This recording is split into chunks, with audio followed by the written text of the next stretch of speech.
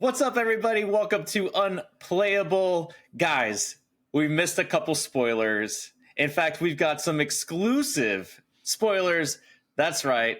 Unplayable is here with some new spice. Guys, are you excited? I'm pumped. Wait a second. Didn't we just post a spoiler video? And now we're doing another one the same day? The faucet keeps dripping, man. Here we go. Somehow Here there's we still more go. cards. But this is fresh new water, unseen fresh water. Let's go. Let's see what we got here. First up, he's got a sword. Monkey with the sword. It's a ruby card. Cost 1. It's inkable action. Chosen character gets +2 strength this turn. And it's a common. Okay. Nice. What The do you think? art's so good. This is probably one of my favorite arts on any card that exists in this game.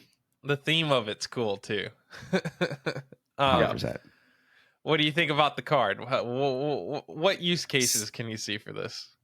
So it's not exactly fire the cannons, because it's not just 2 damage on a stick. You got to have But it's inkable. It is inkable. But it's inkable. And so you got to have something on the board that can use this. And the other side has to be exerted. But at 1 cost and inkable, I think that is interesting that it's inkable. You'd have some nice surprise kills or banishments. I mean, Yeah, 100%. I think this is a card that gets better when you have cards that care about you playing actions. So I don't know if we've seen a ton of those yet, but the green Mickey comes to mind, where every time you play an action, one of your opponent's characters can't quest, and this is a cheap action to play alongside that. So if we get to a point where there are more cards that sort of benefit you playing a bunch of action cards, then this seems decent as something that costs 1 and it's inkable, and it gives you value when you need to use it. Okay, so I don't think you can 1-to-1 this with Fire the Cannons, in my opinion. Because being in red, you want your characters to attack anyway. So more often than not, you're going to be swinging in with an Aladdin or Mulan or something. And if you just need that extra 2 to take out like a Triton or not, maybe a Triton if he's already got some damage on him, or just anything that's got big health stat, big willpower stat, then this helps you be able to achieve those on banish triggers. I also think that this is better. Like, we've seen some of the other characters get plus strength, and I think it's better in red than it is in those other ones. I also like this way better than Stampede, which is the uninkable 1 cost that deals 2 to damage character. I'd rather have this in red.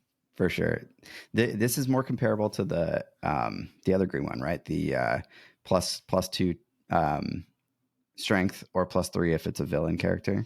Pretty similar to that one. So if you liked that one, you probably like this one too. Love it. Yep. All right, let's go to the next one. Next up. All right. What we got, Coach? All right, so we are looking at Sword of Truth, another ruby card. We got an item this time, Mike's favorite card. Costs 4. That's it is right. not inkable, but this is Prince Philip's sword, so I mean, come on. And it has an ability called Final Enchantment. Banish this item, banish chosen villain character, and it comes in at rare. Some villain hate. I mean, it's the Sword of Truth, guys. Yeah, I like it. It's the Sword of Truth. I think it's cool. It's cheaper than Dragonfire for a similar effect. You get to play this for even cheaper if you're playing item stuff like Belle or Maurice. So that's kind of cool. And you're already playing blue with red right now anyway, so yeah. Oh yeah, I wonder if you could have like a little item package in that sort of controlled deck. That'd be pretty fun. I'm definitely gonna try it. I am curious, like, how many current decks, even as people are building, don't like it, because you don't have to run just like heroes or villains. Like, there's villains and heroes in the same deck, Yeah, so of course. There could always be options for this. Yeah. So some of the best villains that we've seen, at least in our opinion, are I mean, the obvious one is Dragon Maleficent, right? Like this is Prince Philip's sword. I think the theme is that anything that Prince Philip has can kill Maleficent. His character card can, his sword can, everything. Great can. theme. So, Great theme. Yeah, love that. I think that's really good. any other Maleficent also eats this. So, the 5 cost is really good. There's a bunch of Maleficents that are really good, and I'm sure we'll get 10 more Maleficents by the time we're done with card reveals. So, that's a good point. Yeah. That's a good point. Really like curious. All the Maleficents. Yeah. I'm really curious if we get the Shield of Virtue, which is his shield that he has. He has like the Sword of Truth and the Shield of Virtue. And I could see Shield of Virtue like giving ward or preventing damage from Maleficent. It probably just kills like Maleficent again. It can't. It's a shield. So it's got to be like ward, prevent Dragonfire or Maleficent from defeating it, right? That makes more sense. Yeah. The thing I do like about something like this is you can bake this for a future turn, because sometimes like with Dragonfire, let it go, like removal, it's hard because you're like, then I had to spend all my resources on this, but this is just sits there as like a threat, like, okay, go ahead and play your thing because I can pop this whenever I want.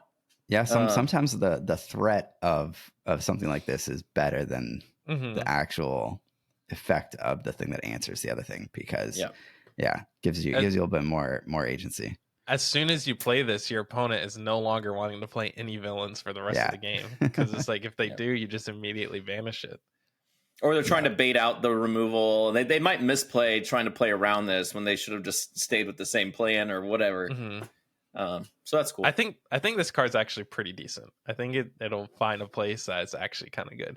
A lot of people play villains in their decks. Like some of the villains are some of the better cards in the game. So that Hades deck is going to come together, guys. Let me tell you. Well, it's not anymore because this card exists. Yeah, no, it's going to go. The good thing about Hades, though, is he can shift and be used before this can be. Yeah, true. That's true. That's true. Yeah. Unless you're playing my item build, and I get to play this on like turn 3. Exactly. Awesome.